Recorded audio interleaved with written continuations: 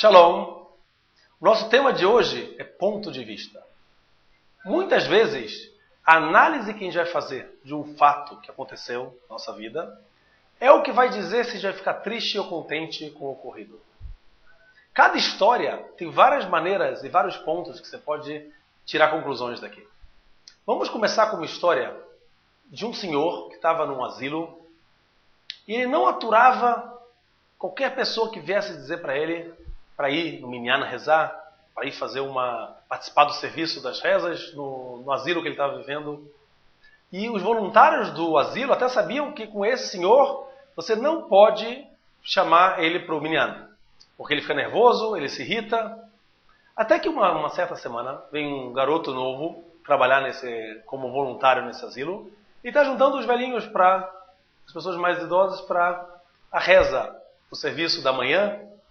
E conseguiu juntar 1, 2, 9 pessoas e faltou o 10º para completar o número mínimo para as rezas poderem ser efetuadas. São 10 pessoas.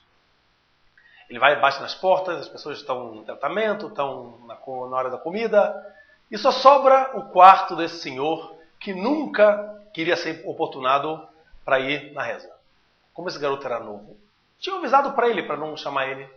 Ele não pensou que fosse tão sério. Então ele bate na porta.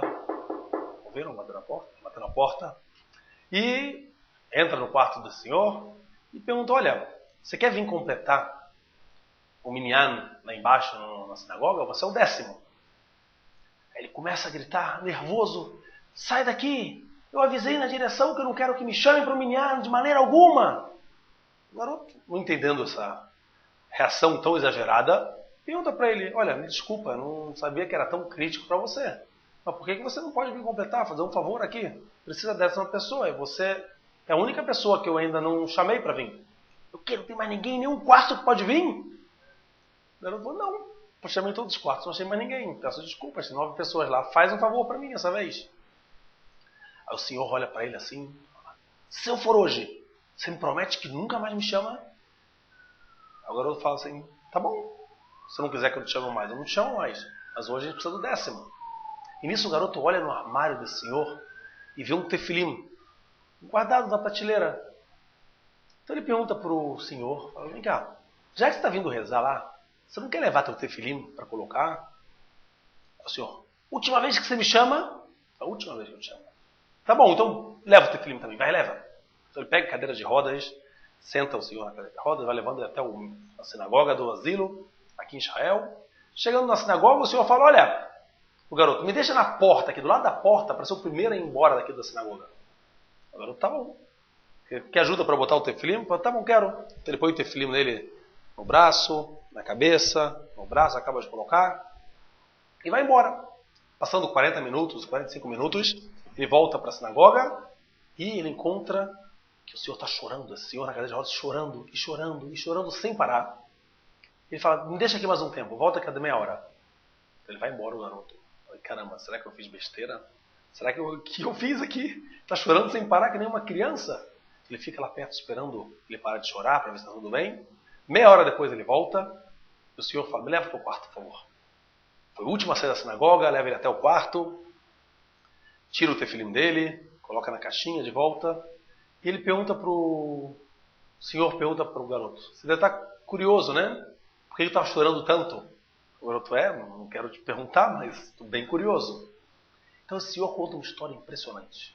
Ele conta que quando ele era jovem, ele vivia com o pai dele, com a mãe dele e com 3, 4 irmãos na Polônia.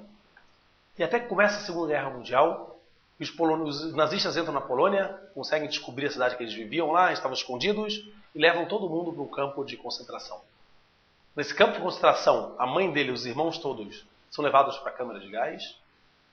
E ele e o pai são levados para o campo de trabalho forçado. E esse senhor fala que o trabalho era muito duro. De manhã até a noite, sem parar, com um pouquinho de comida, mal podiam dormir. Mas ele conta que ele tinha na época 12 anos. E ele está junto com o pai dele, era um alívio para ele. Ele era a vida, a família que tinha sobrado do pai dele. E o pai dele era a família que sobraram dele. E os dois estavam juntos lá, no campo de concentração. E assim conseguiam suportar essa dificuldade. Até que chega mais um ano no campo de concentração. E o garoto conta que chegou o bar mitzvah dele. E o pai fala para o filho assim, meu filho, é teu bar mitzvah amanhã. Eu já consegui para você um tefilim do braço. Aqui no campo, eu troquei por alguns pedaços de pão que eu fui juntando. Agora, o tefilim da cabeça, eu ainda não consegui. Eu escutei que na outra barraca, do outro lado do acampamento, tem uma pessoa que está vendendo um tefilim da cabeça. E eu juntei já alguns pedaços de pão com manteiga e eu vou lá comprar esse tefilim hoje à noite. Para amanhã no teu bar mitzvah você ter o tefilim. E o senhor fala pro garoto, contando a história, e eu falei pro meu pai, ele conta pro garoto, pai, mas é perigoso, tem um guarda, uma sentinela nazista no meio dos acampamentos.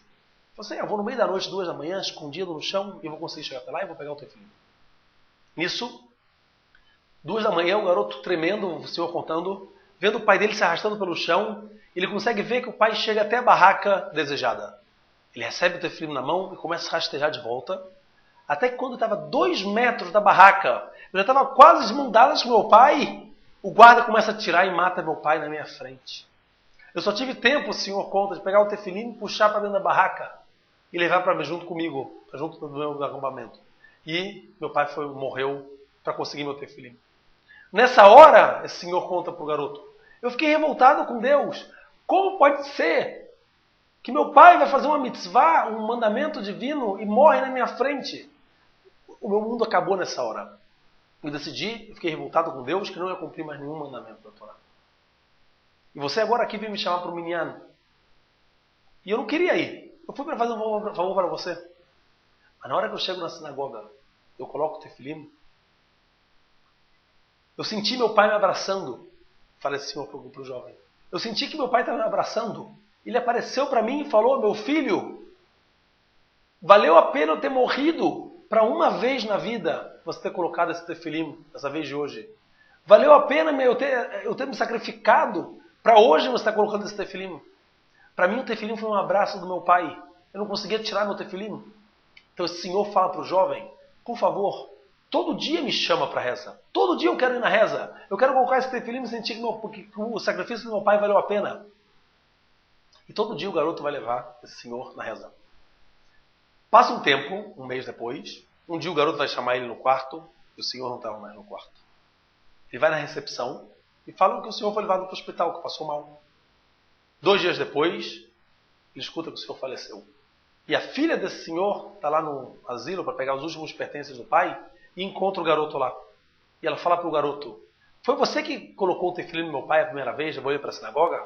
Fala, sim, fui eu. Meu pai, a partir desse dia, ela conta para ele, mudou. Virou uma outra pessoa. A amargura dele desapareceu, ele ficou doce. Não sei como que aconteceu, mas ele virou outra pessoa. O garoto ficou contente que no final da vida esse senhor teve a chance de encontrar de volta o caminho que o pai dele queria tanto para ele. Depende de como você analisa cada coisa na sua vida, você pode ficar revoltado ou você pode aprender valores. Você pode olhar para essa história e falar como pode ser que isso aconteceu com esse senhor, com esse pai do garoto.